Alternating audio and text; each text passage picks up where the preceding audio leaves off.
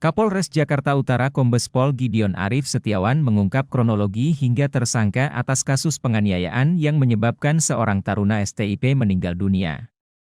Yang menyebabkan matinya atau hilangnya nyawa korban, paling utama adalah ketika dilaksanakan upaya, yang menurut tersangka, ini adalah penyelamatan di bagian mulut. Sehingga itu menutup bagian oksigen saluran pernapasan, ujar Gideon di Polres Metro Jakarta Pusat, Sabtu, 4 Mei 2024. Rekan-rekan kita ketahui bahwa kami menangani kasus ini berawal dari laporan polisi, supaya jelas clear bahwa ketika melakukan olah TKP, jenazah tidak berada di lokasi. Jadi kita menerima laporan pengaduan setelah jenazah dibawa ke Rumah Sakit Tarumajaya, kemudian salah seorang keluarganya mendapatkan informasi bahwa saudara korban yaitu saudara Putu telah meninggal dunia karena ada luka lebam di bagian perut, utamanya di bagian ulu hati. Maka kemudian yang bersangkutan, tante dari korban atas nama Ibu Niwayan Widiartini melaporkan kepada Polres Metro Jakarta Utara.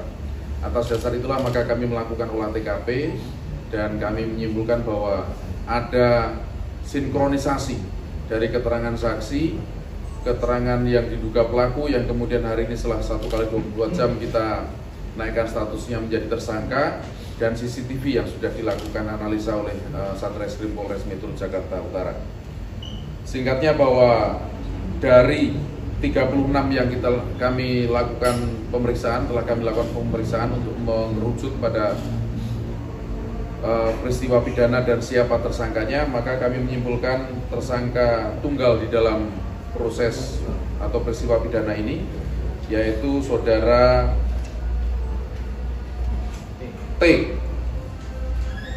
TRS, ya, saudara TRS, salah satu taruna STIP Cilincing tingkat 2.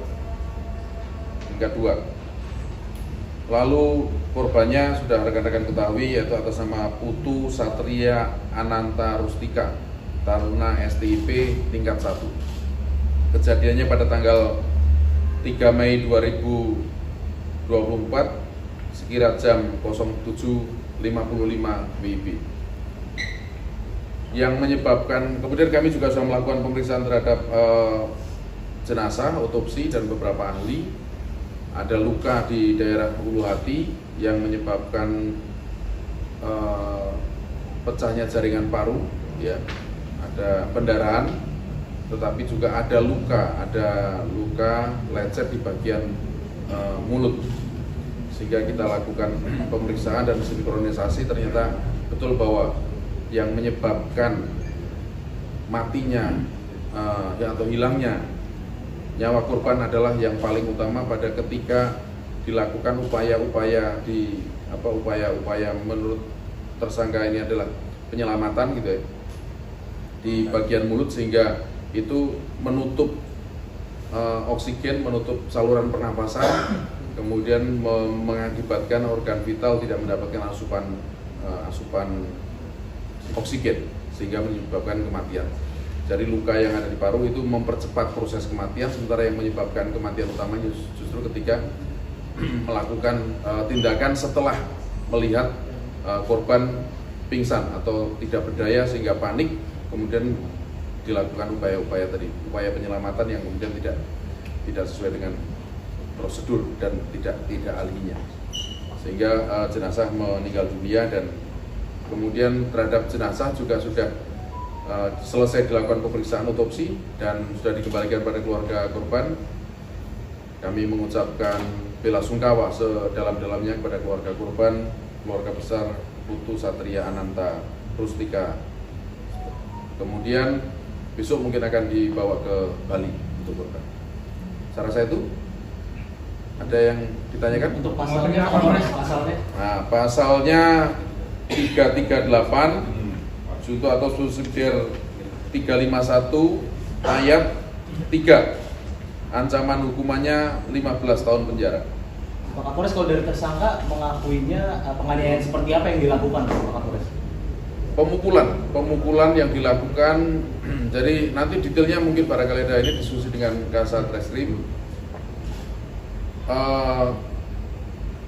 Korban bersama 4 rekannya, ya, ada mereka menyebut sebagai tradisinya tarunal, gitu ya. Ada penindakan terhadap junior karena dilihat ada yang salah menurut persepsinya senior, sehingga dikumpulkan di kamar mandi. Dikumpulkan kamar mandi itu ada 5 orang. Nah, korban ini adalah korban yang mendapatkan pemukulan pertama dan yang 4 belum sempat. Tetapi pun demikian kita tetap melakukan pemeriksaan visum terhadap 4 rekannya, ya. Lalu tersangka adalah orang pertama yang melakukan pemukulan terhadap 1 korban atas nama Putu tadi. Dilakukan pemukulan di bagian ulu hati sebanyak 5 kali berdasarkan keterangan saksi. Kemudian tidak berapa lama si korban dipukuli, maka hilang kesadaran, lalu pingsan dan jatuh. Kemudian dilakukan pertolongan oleh rekan-rekannya dan dipindahkan ke satu tempat di kelas di sebelah toilet. Kemudian sebelum dipindahkan ke toilet dilakukan upaya penyelamatan menurut tersangka, ya, penyelamatan dengan cara memasukkan tangan di mulut untuk menarik lidahnya. Tapi justru itu kemudian yang menutup saluran pernapasan sehingga korban meninggal dunia. Kalau dari keterangan tersangka, alasan dibawa ke kamar mandi apakah untuk menyembunyikan apa yang akan mereka lakukan atau gimana, Pak? Ini penindakan, penindakan tadi persepsinya, penindakannya persepsi senior junior, ya.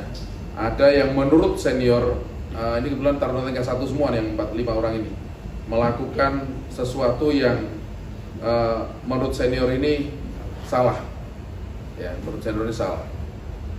Apa yang dilakukan, dia masuk kelas menggunakan baju olahraga. Itu menurut senior ini tidak di kehidupan mereka, menurut senior ini salah. Tetapi kemudian dalam proses penindakannya, nah ini yang tidak boleh. Salah dalam kehidupan senior junior, dalam kehidupan sebuah komunitas itu menurut saya wajar. Tetapi kemudian penindakannya dengan menggunakan kekerasan eksesif, kekerasan yang mengakibatkan meninggalnya nyawa orang, apalagi jelas tidak boleh. Dan menurut saya ada satu kalimat dari mereka yang kemudian si tersangka menyampaikan mana yang paling kuat. Nah, mana yang paling kuat. Kemudian dari korban mengatakan saya yang paling kuat karena dia merasa bahwa dia adalah ketua kelompok dari komunitas tadi, ya, tingkat 1 ini. Maka kemudian dilakukan penindakan. Penindakan yang dilakukan ini menggunakan kekerasan tangan kosong, tidak menggunakan alat, tidak menggunakan, jadi pemukulan dengan tangan kosong. Tapi tindakan kekerasan eksesif ini, ya, menurut saya ini sangat tidak boleh dan kemudian berakibat fatal. Mungkin bisa dikatakan ini Lalu kalau ditanya motif, nah motifnya tadi kehidupan mereka nih, kehidupan senioritas. Kalau bisa disimpulkan mungkin ada arogansi senioritas. Karena merasa tadi mana yang paling kuat, ya ada kalimat-kalimat itu. Nah, ini juga nanti mungkin ini menjadi bagian yang sangat titik tolak untuk melakukan penyelidikan yang lebih baik. Terasa itu ya. Ada 10 orang yang terlibat ini, maksudnya pemeriksaannya sejauh mana nantinya, apakah ada tersangka? Kemarin itu rekan-rekan bertanya berapa orang yang diperiksa, ya kan? Saya ke TKP, saya jawab 10 orang karena waktu itu ada 4 senior, 4 junior, 2 rekannya, 10 yang diperiksa di Benten Keterangan. Tadi yang saya sampaikan, sampai hari ini kita melakukan pemeriksaan terhadap 36 orang. Ya, 36 orang. 36 orang ini ada taruna, ada pengasuh, ada dokter, ya. Kemudian ada juga ahli. Ya. Nah, itu kan 4 orang senior yang mengetahui itu bisa jadi tersangka atau enggak? Iya. Kalau dalam konteks kasus ini tidak. Jadi kesimpulan penyidikan tersangkanya 1 dalam konteks ini. Ya. Tapi kalau dalam konteks pelanggaran disiplin internal di STIP, mungkin saja kita nggak ngerti. ya kan? Boleh nggak melakukan penindakan seperti itu? Nah, tapi kalau karena pasalnya kan barang siapa melakukan menghilangkan nyawa orang atau melakukan pemukulan, melakukan kekerasan menyebabkan hilangnya nyawa orang akibat pada itu. Jadi kalau konstruksi pasal ini memang tidak. Jadi mereka tidak bersama-sama. Pada waktu peristiwa terjadi, betul dalam satu lokasi itu ada 4 calon korban, 5 lah ya, 5 calon korban, satu korban dan 4 lainnya. Ini calon korban pemukulan ya, calon korban penindakan kalau kita menggunakan bahasa analoginya itu. Tapi yang pada saat peristiwa terjadi bukan baru ya, satu pun terlalu banyak. Penindakan dilakukan terhadap satu orang korban atas nama Putu oleh satu orang tersangka atas nama T tadi. Tapi senior yang di dalam itu berapa orang? Senior yang di dalam toilet ya, ada 4. Ada 4. Itu benar nggak sih Bapak yang soal mereka berusaha menutupi pembunuhannya dengan mendalilkan ada serangannya? Enggak ya, kalau saya lihat perjalanan pembuatan laporan polisinya, mereka juga mendapatkan keluarga korban mendapatkan informasi dari pihak STIP sendiri, ya bahwa yang bersangkutan meninggal dunia. Jadi tidak ada itu. Ini kan apakah sesuatu yang berulang kalau kira-kira koordinasi dengan STIP ini gimana untuk mengurangi solidaritas ini kan udah berapa kali, bahkan 2004, 2008, 2019 sudah berapa kali. Ya, ini bukan masukan buat lembaga nanti ya, kita sampaikan. Pak Kapolres, mungkin kan dari 36 saksi Pak, termasuk dari tersangka, pengakuan mereka ini pemukulan seperti ini apakah masih sering terjadi di STIP Pak? Dalam kami fokusnya kan ke pemeriksaan ini ya, saya tidak tahu betul nanti apakah pola-pola pembinaan di internal mereka masih menggunakan cara-cara kekerasan, nanti kita perdalam lagi. Ya. Pak Kapolres, apakah benar ada luka lebam di sekujur tubuh korban? Nah ini, kalau berdasarkan laporan polisi itu malah lukanya ada di lengan, kemudian ada di pinggang. Tetapi dari otopsi, dari hasil pemeriksaan itu bukan menyebutkan luka lebam hanya di sini. Artinya kita tidak tahu ya, karena di sini mungkin pas jatuh bisa lebam mayat biasa maksud saya, bukan lebam karena kekerasan. Ya. Kemudian kalau ini kan bekas pinggang, ikat pinggang barangkali. Tapi itu hasil pemeriksaan dari dokter, dari forensik, luka yang mematikan di uluan. Yang kondisi yang calon korban tadi ini gimana sekarang? Apakah sudah sempat dieksekusi apa? Belum ada kontak fisik antara tingkat 2 dengan tingkat 1 di proses itu. Tapi untuk menjaga